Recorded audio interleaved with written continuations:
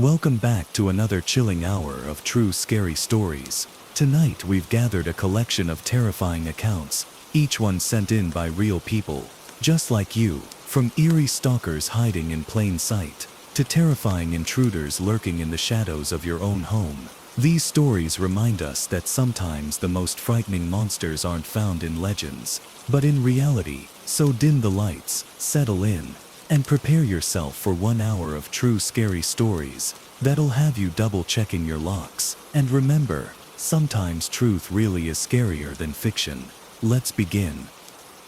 I moved into a small rental house on the edge of town when I was 26, looking for a quiet place to finally finish writing my novel. The home sat on a peaceful suburban street, tucked between similar-looking houses, with neatly trimmed lawns and friendly neighbors. I felt safe here, reassured by the sense of normalcy around me. The first week passed uneventfully. My neighbors introduced themselves casually, chatting briefly whenever we crossed paths outside. Among them was a man named Gary, who lived directly across the street. He was older, probably mid-50s, with unkempt graying hair and a worn-out smile. Gary was quiet, but always watching from his porch. I'd wave, and he'd nod in acknowledgement, but rarely said anything more. Initially, I paid little attention to Gary, dismissing his reserved behavior as harmless shyness. But gradually, his quiet observation became unsettling. Every time I left the house, even for quick errands, I'd catch Gary, sitting silently on his porch, eyes fixed directly on my front door, as if he'd been waiting for hours. Even at night, sometimes I'd glance outside my window, to find him standing at his window, gazing across the street. I tried not to think too much of it, convincing myself that living alone made me overly cautious, until the evening when I found something in my mailbox that changed everything. It was an envelope with no stamp or address, just my name scribbled in messy handwriting. Inside was a single, folded piece of paper with a short message written in the same untidy script. "I like watching you. You're very interesting." My stomach churned with immediate discomfort. My eyes instinctively drifted toward Gary's house. His porch sat empty, but his living room blinds were cracked slightly open, revealing just a sliver of darkness within. I stood frozen, clutching the note tightly as a cold chill prickled across my skin. Not sure what to do, I called a friend to talk myself down. She assured me it was likely some tasteless joke from a bored neighborhood kid.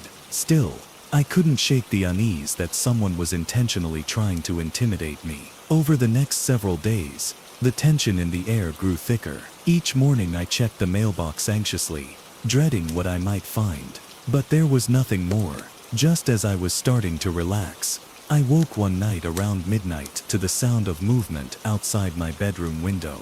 My pulse quickened instantly, as I lay completely still, listening intently. It was quiet again, but I was sure I'd heard footsteps moving through the grass, deliberately and carefully, close enough to touch the wall outside my bedroom. Fighting back panic, I forced myself up, creeping to the window to peer cautiously through the blinds. My heart sank instantly. Standing near the edge of my house, partially obscured by shadow, but undeniably there, was a figure in a dark hooded sweatshirt, standing perfectly still, facing directly toward my window. I couldn't see clearly enough to make out a face, but the stance felt unmistakably threatening. Every muscle in my body froze in fear, my breath coming out in short, shallow gasps. Before I could even reach for my phone to call the police, the figure abruptly turned and walked swiftly across the street, disappearing into the darkness beyond Gary's house. There was no mistaking the direction the figure had headed, and a sickening realization settled deep within me. Gary wasn't just watching me out of boredom or curiosity. He was studying me, waiting for opportunities. And now he had crossed a line. Sleep was impossible after that night. Every noise outside set my heart racing, each creak of the old house making me jump in fright. The figure standing silently outside my window replayed in my mind repeatedly. By morning, paranoia had deeply rooted itself, and I knew I had to confront the situation directly. When daylight came, I gathered my courage and crossed the street toward Gary's house, my anxiety climbing higher with every step. His porch was empty, but as I knocked, I noticed the blinds flutter slightly in the window next to the door, as if someone had been watching from inside. I knocked again, louder this time. Finally, the door cracked open just enough to reveal Gary's face peering at me from within the shadows of his house. His expression was blank, almost emotionless, as he stared at me silently. Taking a breath, I tried to steady my voice, holding up the note I'd received. "Gary," I started carefully, "someone left this in my mailbox. Do you know anything about it?" He didn't reply at first, just stared at the paper, eyes unblinking. Finally, in a low, strangely calm voice, he said, "I wouldn't worry about it too much. Probably just some kids playing games." His tone was dismissive, but something in his gaze made my skin crawl. Without another word, he shut the door slowly, leaving me standing alone, feeling foolish and even more unsettled. Days passed quietly afterward, and no more letters appeared. I almost convinced myself Gary had been right, just some harmless prank. But the peace didn't last. On a rainy Friday night, I returned from dinner with friends, exhausted and eager to get inside.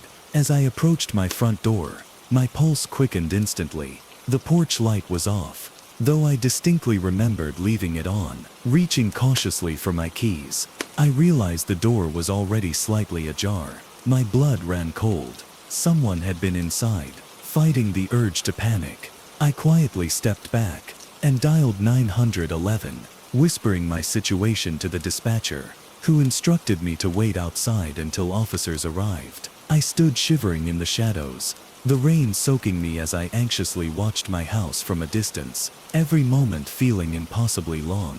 When police finally arrived, they swiftly entered the house, flashlights sweeping every room. Minutes later, they emerged with grim expressions. Someone had indeed been inside, but whoever it was had vanished. Worse, they described something deeply unsettling.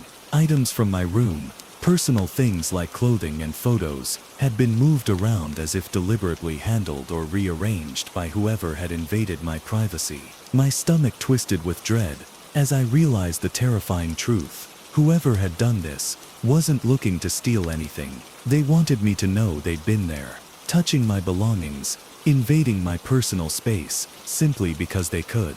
The police took my statement and advised caution, promising they'd patrol more frequently. As they drove away, I glanced nervously across the street. Gary's house sat dark and silent, blinds drawn tight, yet I couldn't shake the awful feeling that somewhere within that darkness, someone was watching me closely, waiting patiently for the next chance to strike. After that night, nothing felt safe anymore. I installed new locks, alarms, and even cameras around my property. Yet despite every measure I took, I still couldn't shake the overwhelming dread that clung to me. Each time I walked through my front door, sleep became a distant memory, replaced by anxious nights spent peering out windows, heart racing at every noise. The police patrols continued, offering me some comfort, but each evening I found myself glancing obsessively toward Gary's house. He rarely appeared anymore, but occasionally I'd glimpse him at his window,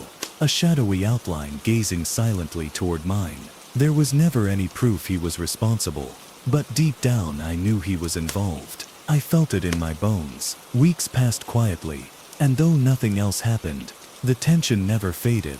Then, late one night, as I sat reading in bed, my phone vibrated with a text message from an unknown number. My blood turned cold as I read the simple yet horrifying message. "You looked scared last night. Sleep well tonight." My pulse thundered painfully as panic overwhelmed me. Grabbing my phone tightly, I quickly dialed 911. As I frantically explained to the dispatcher about the text, my eyes glanced toward my bedroom window. My heart stopped as I noticed something horrifying.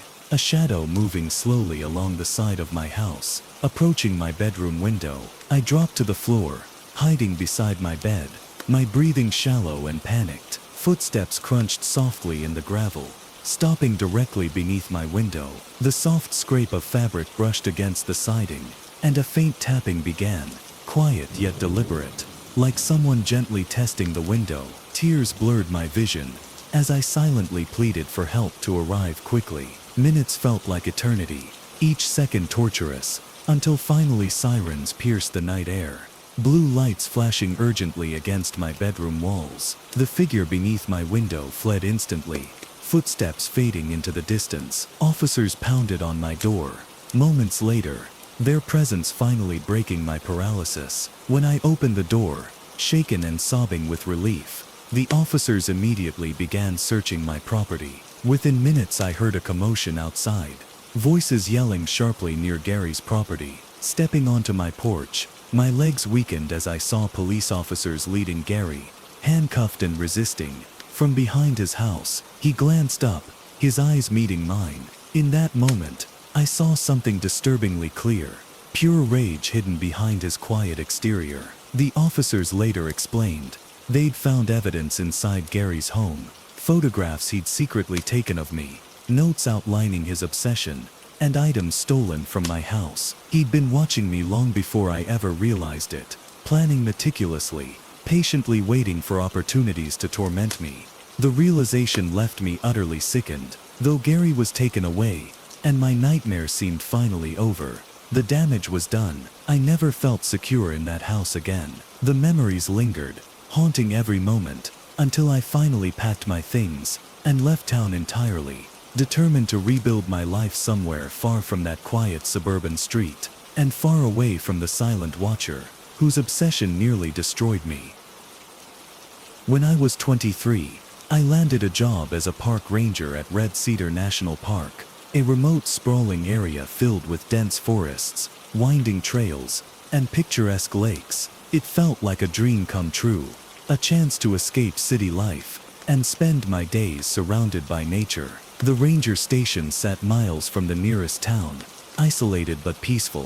For the first time in a long while, I felt truly content. My first few weeks flew by smoothly, with nothing more exciting than guiding hikers back to their cars or answering questions about local wildlife. My coworker Ben had been at Red Cedar for years, and though friendly enough, he often kept to himself. Mostly it was just me alone, managing the small station and patrolling trails in solitude. I grew to enjoy the calm routines and gentle quiet that surrounded me each evening. Things began changing subtly. After a month or so, it started innocently enough. I would occasionally find footprints around the station early in the morning, usually right by my window. They appeared human, heavy and distinct in the soft mud. Initially, I dismissed them as being Ben's, or some overly curious camper wandering too close. Still, the prints appeared regularly enough that they began gnawing at the back of my mind. One morning, while making coffee, I noticed something odd. There was a small folded note taped to the outside of the station window. Surprised, I stepped outside, pulling the note free and unfolding it carefully. Scrawled in rough handwriting, it read, "You shouldn't be here." My heart sank slightly. It was vague enough to brush off as a harmless prank by campers or teenagers, but the isolated location of the station made the note particularly unsettling. There were no obvious signs of anyone nearby, only endless trees and trails stretching far away into dense forest. I showed it to Ben later, who seemed indifferent, suggesting it was probably some bored hikers messing around. Days passed without further incidents, and I nearly forgot about the strange note, buried beneath daily routines. But late one evening, as I returned from checking trails at dusk, something immediately felt off. Approaching the station, I noticed that lights I'd switched off earlier were now glowing dimly through the windows. My pulse quickened, my senses heightened as fear began twisting in my gut. Quietly unlocking the front door, I cautiously stepped inside, calling out softly, "Hello." Silence greeted me. The station appeared empty at first glance, but my anxiety refused to fade. Moving slowly into the office area, my blood ran cold. My papers and notes, normally neatly organized, were scattered haphazardly across the floor. Someone had clearly rummaged through them, searching for something specific. A wave of dread washed over me. Without hesitating, I grabbed the radio, calling Ben at his nearby cabin, explaining in shaky words that someone had broken into the station. He seemed genuinely concerned, promising to be there quickly. I waited anxiously, pacing near the doorway, eyes darting nervously toward the shadowy woods surrounding the station.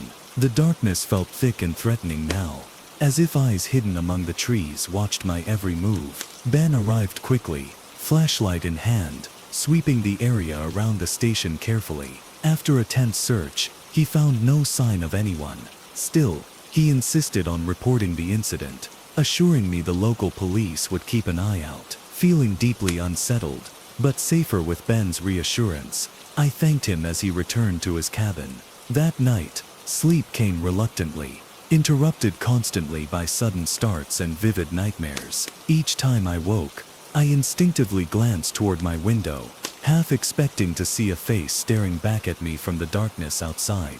But there was nothing, just the stillness of the woods and silence pressing inward, an uneasy reminder of how isolated and vulnerable I really was. The next morning, tired from a night of restless sleep, I stepped outside into the crisp morning air, hoping daylight would help wash away my anxiety. The park was quiet again, birds softly chirping in the trees, as sunlight filtered gently through the dense foliage. I tried convincing myself that yesterday's events were a random occurrence, perhaps just local teens causing trouble.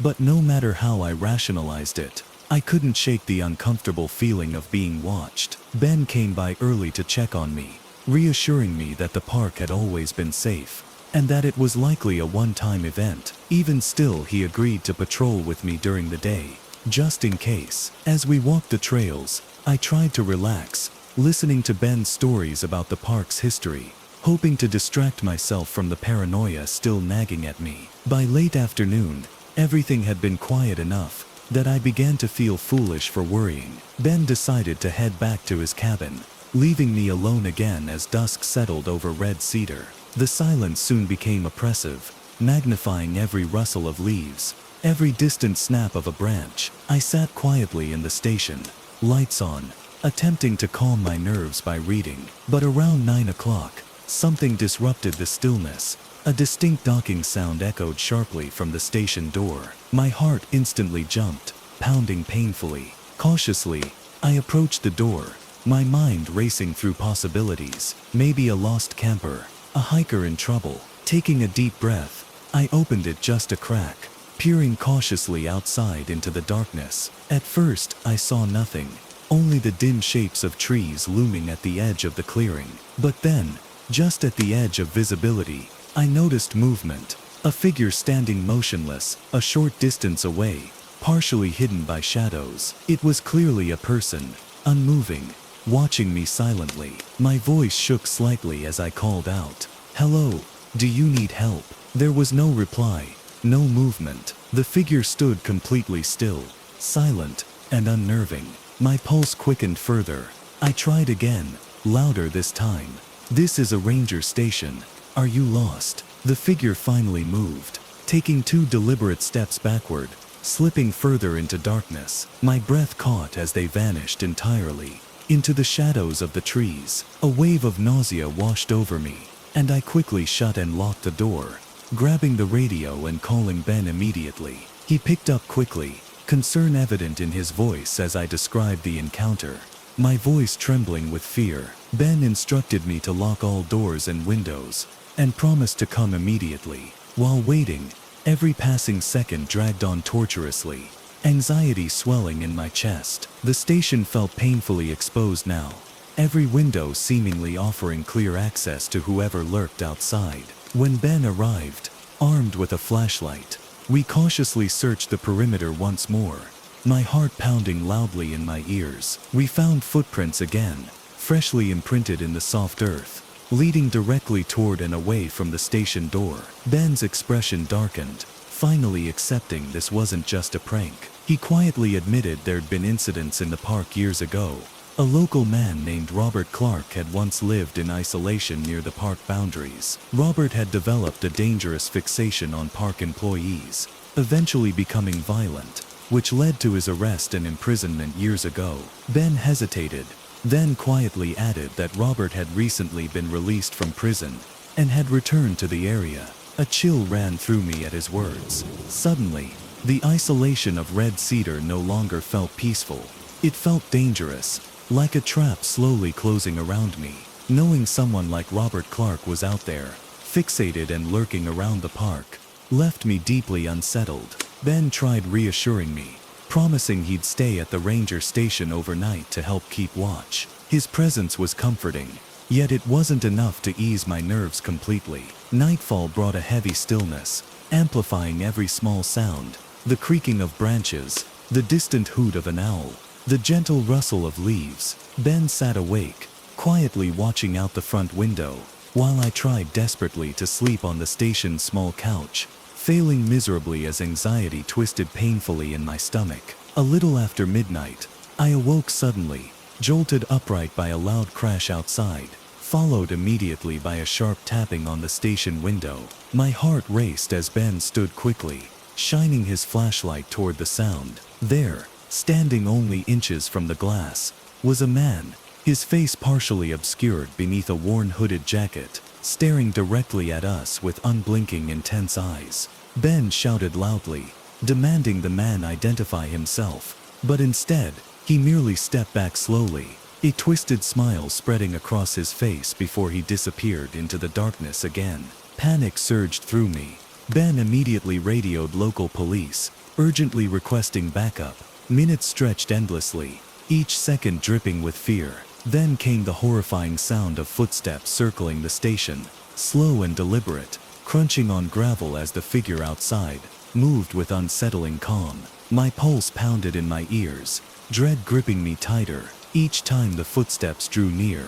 Just as sirens finally pierced the quiet night, a violent pounding erupted against the station's back door, rattling it viciously. The wooden door shook with each impact, threatening to break open any second. I stared helplessly, frozen with terror. Ben stood firmly between me and the door, ready to protect us if necessary. Moments before the door could give way, police vehicles flooded the clearing with lights. The pounding immediately stopped, followed by rapid footsteps retreating into the woods. Officers quickly surrounded the area, searching thoroughly. After what felt like eternity, they returned, escorting a handcuffed man, Robert Clark himself, his eyes filled with a cold, unsettling intensity, as he stared straight at me, a thin smile on his lips. The officers explained they'd found him hiding among the trees nearby, carrying a large hunting knife. He clearly intended harm, perhaps far worse. My knees weakened at the realization of how close we'd come to tragedy. After that night, I couldn't stay at Red Cedar. The isolation had lost its charm, replaced entirely by lingering anxiety and vivid memories of Robert's haunting stare. Even after leaving, every rustling leaf and every shadow stirred my fears. I'd once felt comforted by solitude, but now, it only reminded me of how vulnerable I'd truly been, alone in those woods, watched carefully by someone who meant me harm. Years have passed, but the memories still linger clearly. Red Cedar is beautiful, peaceful to most, but I know firsthand that even the quietest places can hide someone dangerous, watching silently, waiting patiently for just the right moment to strike. I was 19 when I moved into my first real place, an older duplex in a quiet neighborhood, on the edge of town. It wasn't fancy, but it was perfect for what I needed. It gave me the freedom I'd always wanted, being away from home and finally having my own space. The duplex had 2 units, side by side, each with its own entrance, and a shared driveway. Mine was the one on the left, smaller but cozy. The neighbors who lived on the other side seemed pleasant enough. A young married couple who mostly kept to themselves. The first few months were smooth and easy. I enjoyed having friends over regularly, hosting movie nights, and just hanging out. Life felt pretty good, normal. The only issue was how thin the walls were. I could sometimes hear muffled conversations or footsteps from next door, but nothing disruptive enough to bother me. Honestly, it was almost comforting to know someone else was around, especially at night when things got eerily quiet. Everything changed one weekend in early November. My neighbors left town for a vacation, telling me they'd be gone for about 5 days. They asked if I'd just keep an eye out on their place, which I happily agreed to. I thought it'd be a quiet, uneventful weekend, maybe even peaceful without any noises coming from their side. But it was far from that. Friday evening started off normal enough. I had two of my best friends, Luke and Derek, come over to watch movies and play some video games. We ordered pizza, had a few beers, and just enjoyed the start of the weekend. Eventually, after hours of hanging out, we called it a night. Luke crashed on the couch, Derek sprawled out on the recliner, and I headed to my bedroom at the back of the duplex. I drifted off quickly, exhausted from a long day, but at some point during the night, something woke me. It was that kind of waking where you go from deep sleep to wide awake, without really knowing why. I stared at the ceiling in silence, straining to listen for whatever it was that disrupted my sleep. A faint noise drifted in from somewhere nearby, a quiet creaking sound, like someone slowly moving around. Initially, I assumed it was Luke or Derek shifting on the couch, maybe getting up to use the bathroom. I waited to hear the flush of a toilet or the running faucet, but nothing came. Then I heard the creak again, more distinct this time. It sounded different now, clearer, and seemed to be coming from behind the wall. My neighbor's unit. My heart instantly relaxed, remembering that I wasn't alone after all. But the relief was short-lived. A sudden chill ran down my spine as I remembered. My neighbors weren't home. They'd left town earlier that afternoon. My pulse quickened slightly, a strange unease creeping into my chest. I tried convincing myself it was just an old house noise, the duplex settling at night, but there was something too rhythmic, too deliberate about it. Still, I pushed the feeling aside, rolled onto my side, and shut my eyes tight. Eventually, exhaustion overcame paranoia, and I slipped back into sleep. The next morning, everything felt brighter in daylight. Luke and Derek were already awake, lounging lazily as I joined them in the living room. While brewing coffee, I jokingly asked if they'd heard anything weird during the night. Derek just laughed, claiming he'd been out cold, but Luke hesitated for a second, his smile fading slightly. He admitted he'd heard some odd creaking noises too, but had brushed them off, assuming it was me moving around. I didn't want to alarm them, so I shrugged it off with a joke about ghosts. We laughed it off, finished our coffee, and they both headed out soon after. The rest of the day was uneventful. I kept myself busy running errands, cleaning up around the duplex, and basically just distracting myself from any lingering unease. As evening approached, I settled in again, determined to enjoy a quiet night alone. I made dinner, watched a couple of movies, and finally, feeling tired and relaxed, went to bed around midnight. Sleep came quickly once again, but the peace didn't last. Sometime later, I was startled awake by a loud thud coming from next door, so forceful that it vibrated through the wall. My eyes shot open, adrenaline surging instantly. I sat up, completely still, every nerve on edge, waiting to hear something more, something that would tell me if I was overreacting, or if there really was someone next door. Minutes passed, each second crawling by agonizingly slow. Just as I began convincing myself it was nothing, a second noise followed. It sounded distinctly like footsteps, heavy, deliberate footsteps moving slowly across the floor. There was no mistaking it this time. Someone was next door, and it wasn't my neighbors. My blood ran cold as the steps moved closer to the dividing wall between our units, stopping just on the other side. It felt like whoever was there knew exactly where I was sitting, as if they could sense my presence. My mind raced, questioning whether I should call the police, or if I was somehow imagining all of this. But my indecision shattered when I heard another sound, one that sent absolute terror rushing through my veins, a scratching noise directly against the wall, as if fingernails were dragging slowly down the drywall beside my bed. At that moment, I knew one thing for sure: whoever or whatever was on the other side knew I was awake, and they wanted me to know they were there.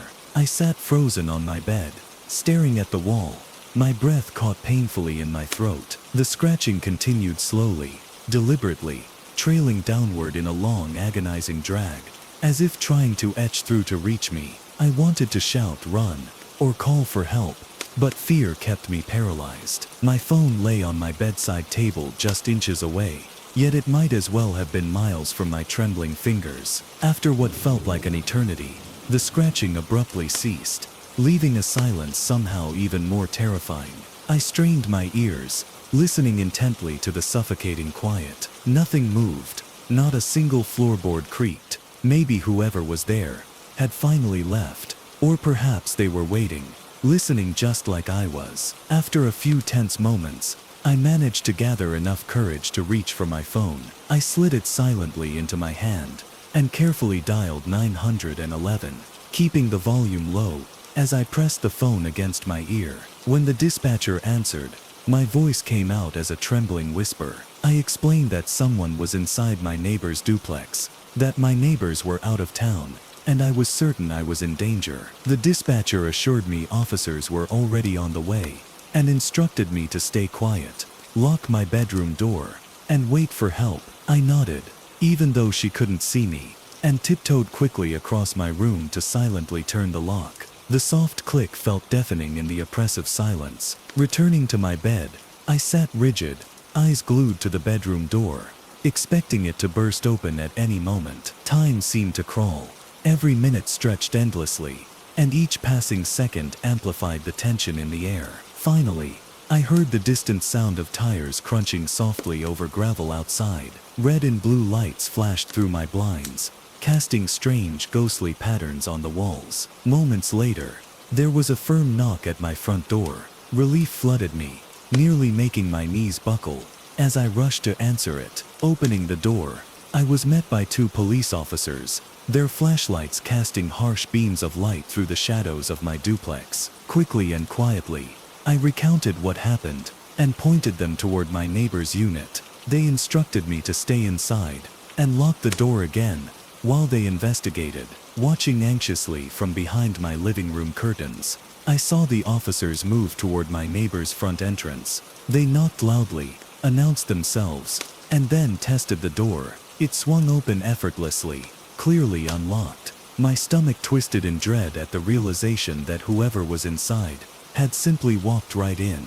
The next several minutes were excruciating. I paced restlessly around my living room, heart pounding so loudly I could barely hear anything else. Finally, a knock at my door signaled the officers' return. When I opened it, their faces were solemn, yet confused. They informed me they'd searched thoroughly, but found no signs of forced entry, and no one appeared to be inside the duplex. I stared back in disbelief, insisting I had absolutely heard someone who was definitely there, only minutes before they'd arrived. The officers were polite, but seemed to think it had just been nerves, or perhaps an animal. Feeling helpless and embarrassed, I thanked them anyway, locked up again, and watched their car disappear down the street. Even though the officers hadn't found anyone, I felt no safer than before. The memory of the scratching still echoed clearly in my mind, vivid and terrifying. Sleep was impossible. I stayed awake in my living room, lights blazing, TV turned on low, trying desperately to distract myself from the creeping anxiety. Eventually, morning arrived, brightening the world around me, yet doing nothing to ease the fear that had settled deep within. As the day went on, I replayed the events repeatedly, trying to rationalize what had happened. Maybe the police were right, and it really was just my imagination. Exhaustion, paranoia, and living alone had played a cruel trick on my mind. But even as I tried convincing myself, I couldn't shake the unease gnawing persistently at me. Determined not to let fear control me, I spent Sunday keeping busy, purposely staying out of the duplex until nightfall. But returning home that evening, an overwhelming sense of dread washed over me the moment I walked inside. The duplex felt different, wrong somehow. Every shadow seemed darker. Every corner seemed to hide some unseen menace. I triple-checked every lock, every window, and turned on all the lights, hoping to chase away any lingering darkness. Finally, worn out from exhaustion more than bravery, I climbed into bed. The silence was thick and heavy, making my pulse quicken again. My mind raced, ears straining to catch the slightest sound. Hours passed with unbearable tension before exhaustion finally took over. I fell into a restless, shallow sleep, haunted by unsettling dreams. But once again, my sleep didn't last long. A sudden noise startled me awake. A soft creaking from outside my bedroom door. The door handle slowly began to turn, barely noticeable at first, then unmistakably deliberate. My heart stopped as I watched in absolute horror. This time there was no question. Someone was right outside my bedroom door. I stared at the slowly twisting handle, frozen in absolute terror. The metallic creak echoed quietly through the stillness, each subtle movement causing my heart to beat faster and faster. My bedroom door was locked. I was sure of that, but watching the knob slowly twist back and forth made me question everything. My throat tightened, breathing felt impossible. The air seemed too thick, and my vision blurred slightly from panic. After what felt like an endless nightmare, the knob finally stilled, but the silence that followed offered no relief. Instead, it was broken by something infinitely worse. Soft, uneven breathing from just outside the door. It sounded raspy, strained, almost like someone trying desperately to hold their breath, listening intently for me, waiting for me to make a noise. A fresh wave of nausea swept through me, and my body shuddered involuntarily. Instinct took over. Without even thinking, I quietly slid out of bed, grabbed my phone, and slipped silently to the furthest corner of my room. My hands shook uncontrollably as I dialed 911 again, barely managing to whisper to the dispatcher that someone was right outside my door. The dispatcher instructed me to stay silent, hidden, and assured me that officers were on their way again. Seconds stretched into unbearable minutes as I crouched helplessly in the corner, eyes fixed on the bedroom door, which still separated me from whoever lurked just inches away. The breathing continued, quiet, slow, deliberate. It was like they knew exactly where I was, patiently waiting for me to break. A sharp knock suddenly shattered the silence, startling me so badly that I nearly dropped my phone. Then another knock, louder this time, echoed sharply. My heart pounded painfully. Whoever was there knew they couldn't get in quietly. Now they were openly taunting me. Fear quickly turned to desperation. Adrenaline surged through me. I gripped my phone tightly, praying the police would arrive in time. Minutes later, sirens cut through the night. Bright lights flashed urgently through my window. The knocking immediately ceased, followed by frantic footsteps retreating down the hall. Moments later, officers were at my front door, pounding heavily, demanding entry. I scrambled to unlock the door, my hands shaking so badly. It took several attempts. The officers rushed inside. Trembling, I quickly told them what happened, pointing frantically toward the hallway where the intruder had fled. They immediately began their search, their flashlights piercing every dark corner of my duplex. Moments passed with suffocating silence, and then I heard shouts from outside. The officers had found footprints leading through the backyard, disappearing over the fence into the woods beyond my property. They concluded the intruder must have fled the moment police arrived. Shaken to my core, I sat quietly in my kitchen, attempting to regain some sense of normalcy as the officers once again reassured me the threat was gone, for now.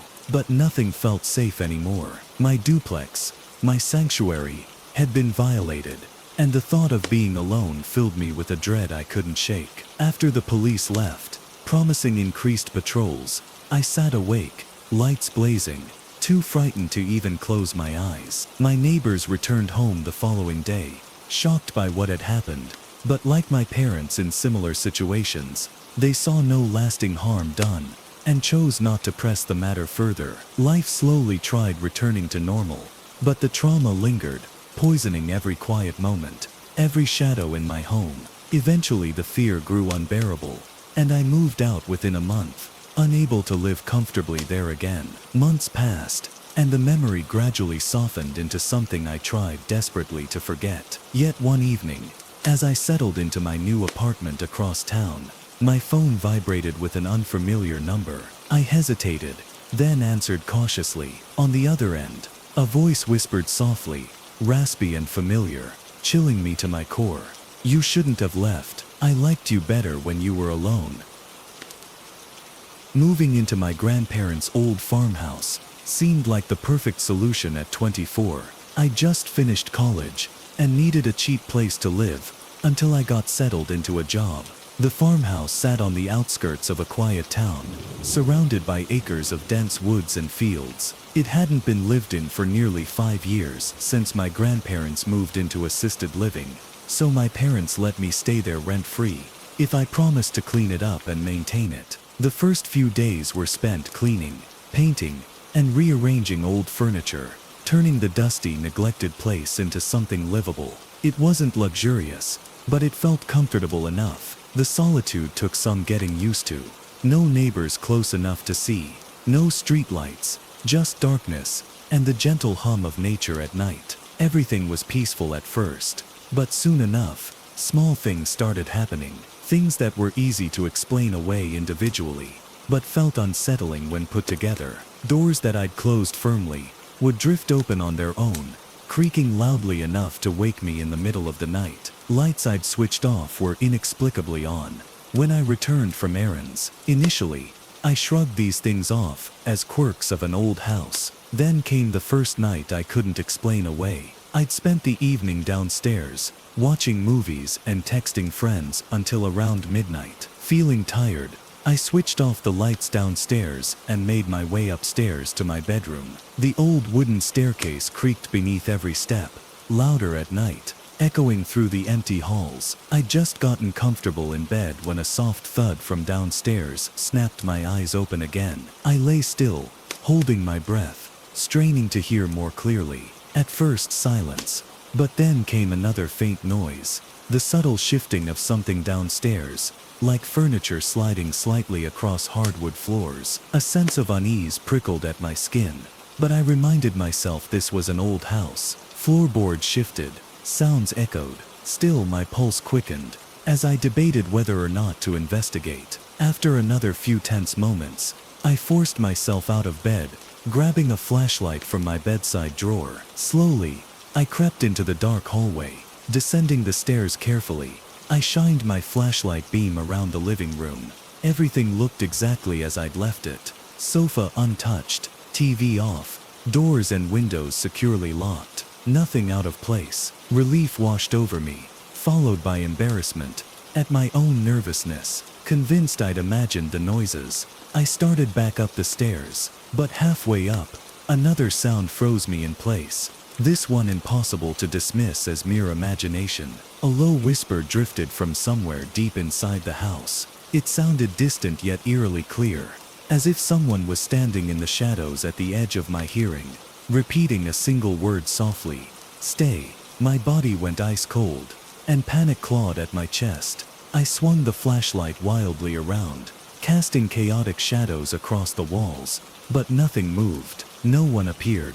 Only darkness stared back at me, thick and oppressive. I stood there on the stairs, paralyzed with fear, waiting desperately for the whisper to come again.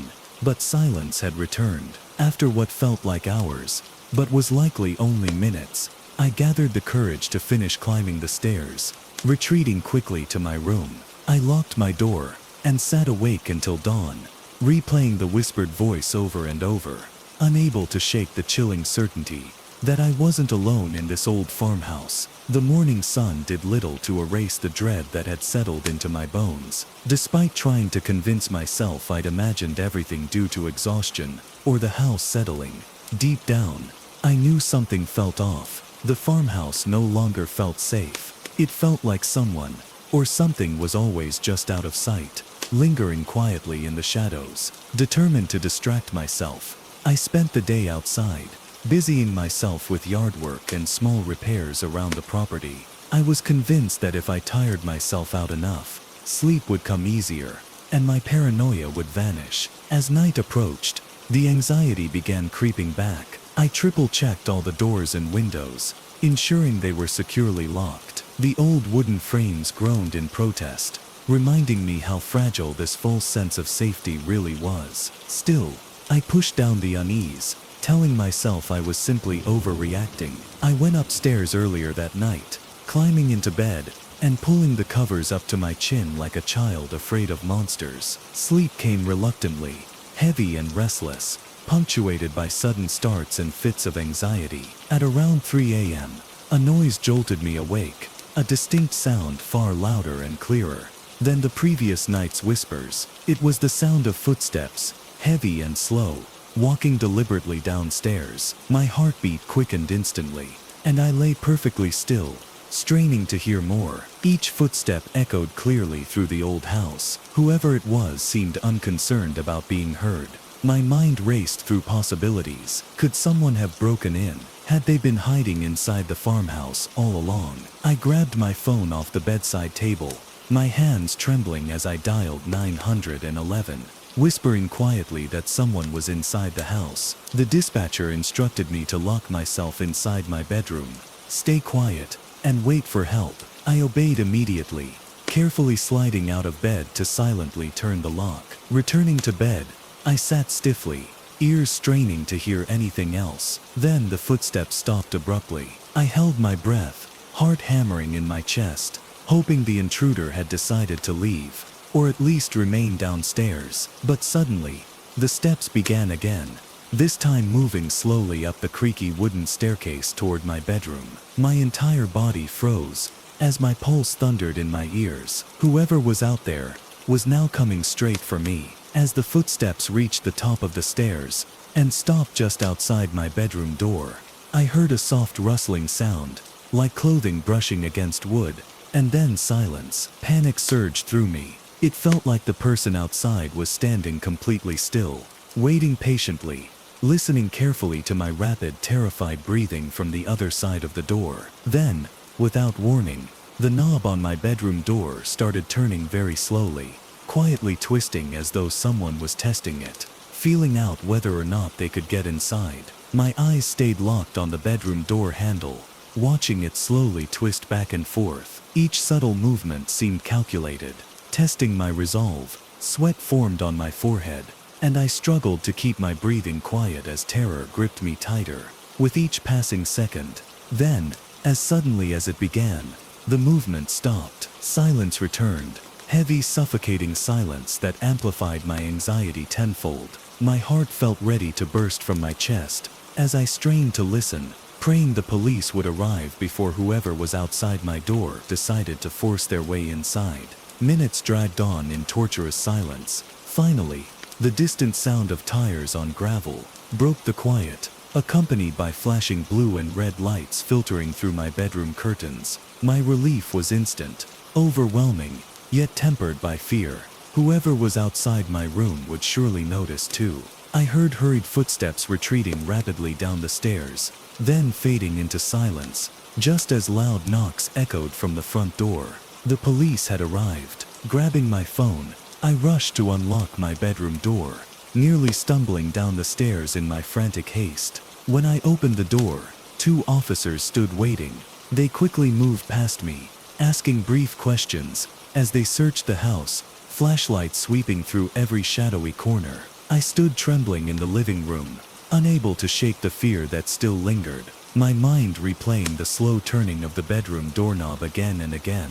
After a thorough search of the farmhouse and the immediate grounds, the officers returned, their expressions serious yet puzzled. They found nothing, no forced entry, no signs of anyone else having been inside. I protested, desperate for them to believe me, describing exactly what had happened. The officers were sympathetic but ultimately skeptical, suggesting it might have been the wind, old pipes, or nerves playing tricks on me. After the police left, I sat alone on the living room couch, unable to sleep or even attempt it. My phone buzzed with texts from friends and family checking on me, but their reassurances didn't comfort me. My grandparents' farmhouse no longer felt welcoming or nostalgic. It felt hostile, as though something hidden within its walls wanted me gone, or worse, wanted me to stay permanently. At sunrise, exhausted and anxious, I walked slowly upstairs to my bedroom.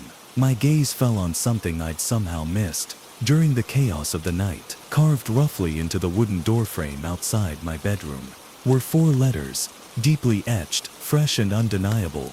Stay. Seeing those carved letters sent ice running through my veins. I staggered backward, my breath catching painfully in my chest as panic flooded my mind. This was no illusion, no trick of anxiety or exhaustion. Someone, or something, had genuinely been in my house, inches away from where I'd been hiding, and they'd taken their time to leave a message that felt more like a warning than a threat. My heart raced wildly as I quickly gathered a few essentials and rushed down the stairs, locking the farmhouse door behind me. Though it now felt meaningless, I couldn't stay another minute. I got into my car and drove away, hands trembling on the wheel, glancing anxiously in the rearview mirror, half expecting to see someone watching from the farmhouse windows. I went straight to my parents' house, spilling every detail of my terrifying experiences. They listened closely, faces pale with concern, but clearly skeptical, unsure how to respond. When I showed them photos I'd taken of the carved letters, their disbelief turned to shock. My father promised to contact the police again, insisting they conduct a thorough investigation. I never returned to that farmhouse alone again.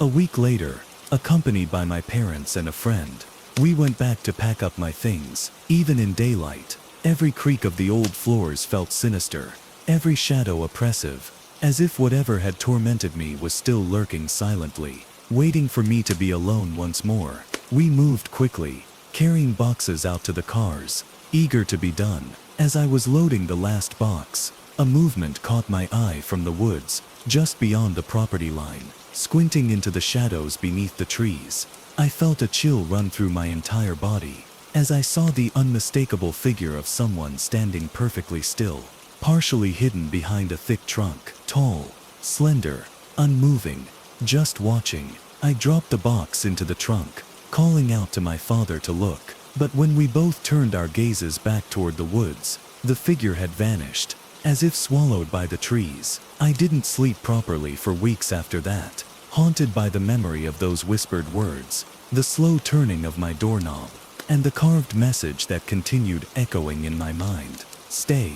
Months passed and the farmhouse sat empty again, returned to silence and shadows. The police never identified who had been in my home, and the unsettling encounter was eventually written off as an unsolved mystery. But deep down I knew the truth. Someone or something lived in that old house, hidden within its walls or in the darkness of those surrounding woods. Someone who'd wanted me to stay, perhaps forever. To this day, whenever I drive by, even from a distance, I can't help but glance toward the windows. Sometimes I imagine seeing a faint silhouette there, standing quietly in the shadows, still waiting patiently for me to come back home.